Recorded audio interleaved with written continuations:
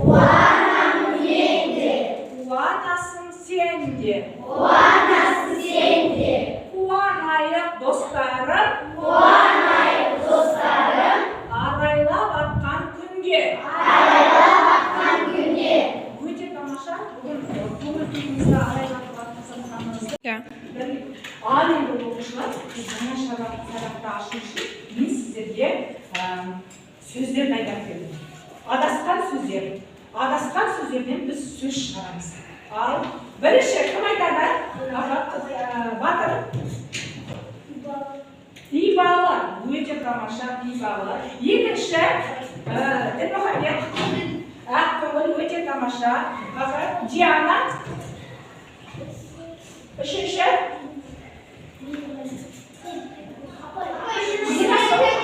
мейірімді, өте тамаша. Төртінші үшінші айтамыз. Ізетті дейді. Ал тағы да Айша. Кішіпейім, өте тамаша. Мадияр. Мадияр. Жеп тұрды Мадияр айтсын. Жарайды, отырайын. Шынжыл. Өте тамаша. Тағы кім айтады? Сәлина айта ғой. Жетінші.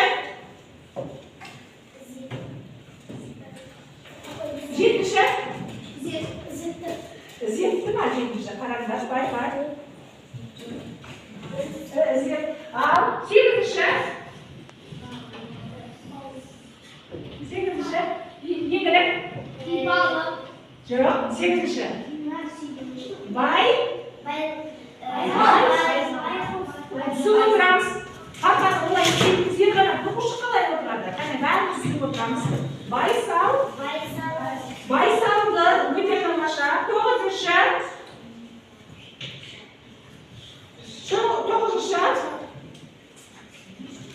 Тоғызыншы кім айтады? Айша. Жанашыр. Дұрыс айтады. Оныншы. Серік болсаң. Жоқ. Тоғызыншы.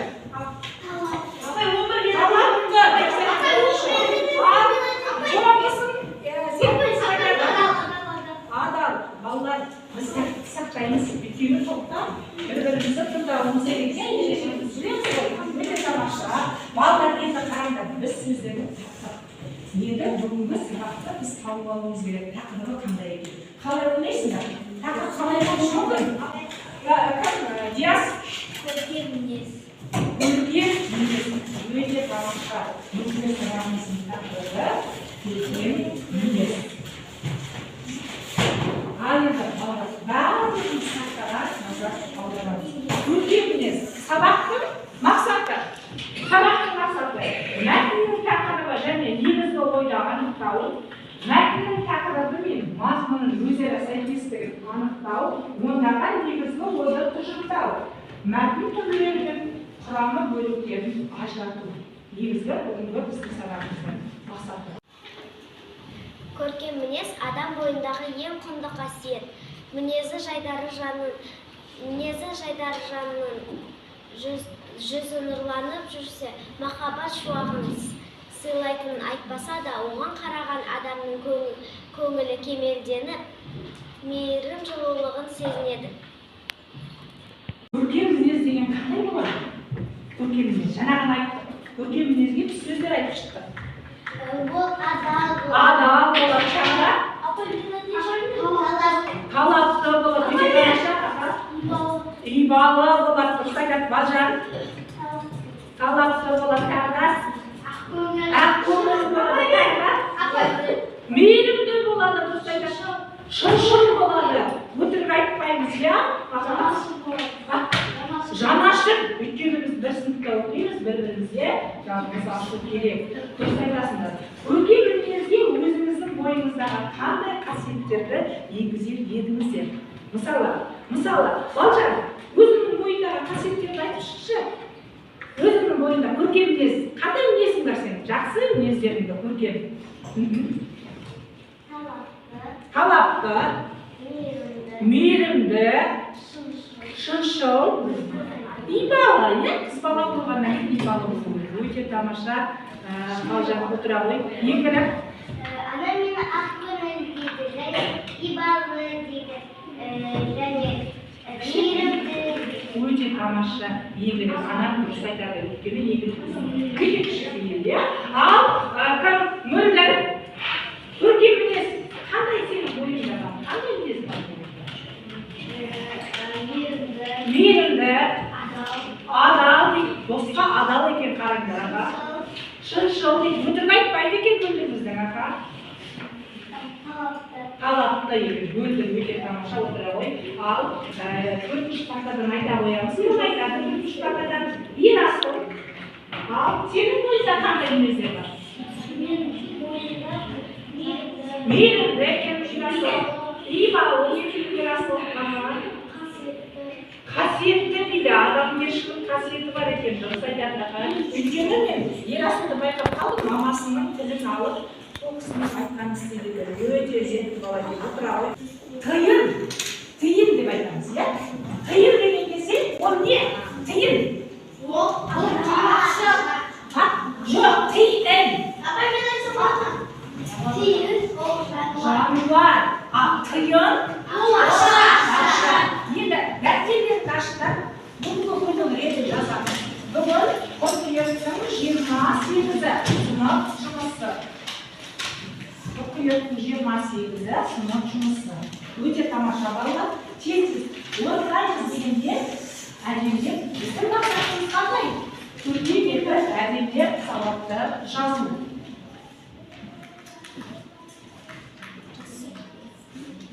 Жарайсыздар балалар. Енді қараңдар.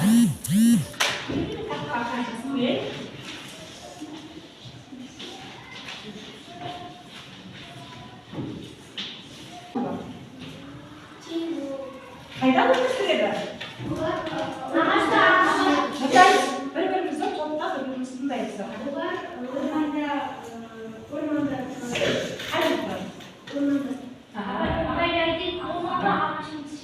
Ағаштың басында жүреді, секіріп, иә? Ал енді қараңдаршы, ең жанға екен. Ең ақша екен. Ол біздің қандай ақша? Темір, тиын, ол біздің төл теңгеміз, иә? Қарайық, бірінші жақтың пікіріңді дәлелдеп. Бірінші жақтыңды бағымыз аштық қой, иә?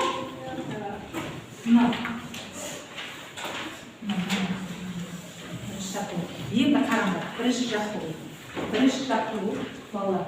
Қараңдар, сөйлемдер мен мәтіннің айырмашылығын дәлелдеп. Екі мәтін берілесіз. Екі мәтін, иә? Сол мәтіннің айырмашылықтарын кім дәлелдейді? Не керек айта ғой? Бірінші мәтінде ол әңгімелеу болған, ал екіншісінде ол сипаттар.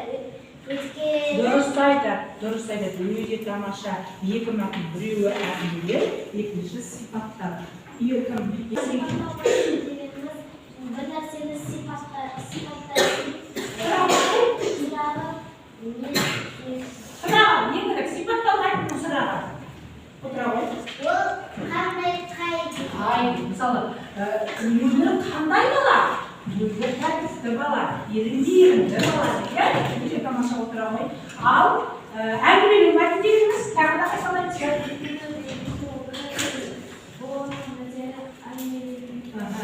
Ол неден құралады? Ол сөздерден құралады. Отыра ғой тамаша. Оның сұрағы қандай?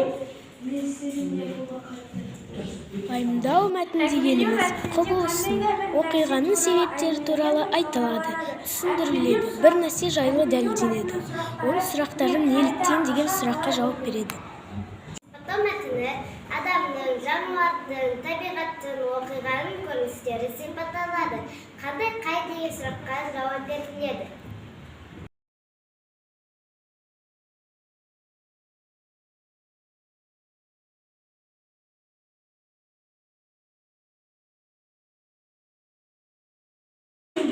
Мағынаның байланысы болу керек. Ал дәптерге сіздер жазып шығамыз. Ретімен байланысу әдісімен қойды. Кім оқиды? Қай рет оқиды? Біріншісі Базыр қалғанымыз тыңдаймыз. тиын саябаққа тіршілік етеді. Екіншісі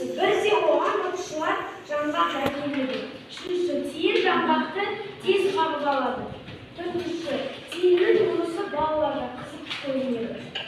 Бесіншісі, олар тиімді үнемі азықтандырып тұратын болды. Балалар не үшін берді? Тиімға ғана. Тиімді қызықтау үшін берді, иә? Олар тиімді қандай қамқорлық жасады? Мәтіндер. Ең азық. Жаңғақ берді. Тамақ берді, иә? Өте тамаша.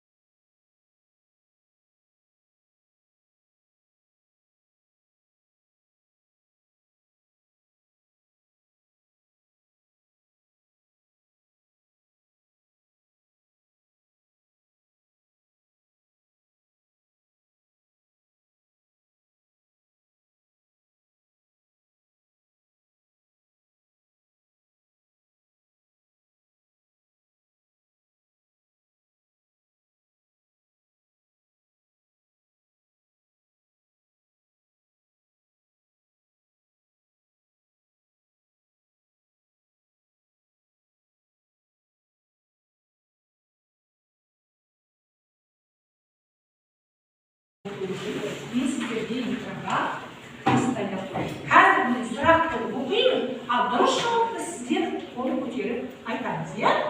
Ал мәтін неше сөйлемден тұрады? Екі сөйлем. Бірнеше. Дұрыс айтады. Мәтін бірнеше сөйлемден тұрады. Мәтіннің түрлерін белгілейміз. Айша, Әңгімелеу, сипаттау, пайымдау. Өте тамаша, Айша. Ал үшінші сұрақ. Мәтін дегеніміз не? Бірнеше сөйлемден тұратын сөйлем құрамы. Ол бізге хабарды береді. Оның мәтін. Ол яғни екі немесе одан да көп сөйлемдерден тұратын бір мағынаны білдіретін сөйлем құрамы. Мәтін. Оның несі болады?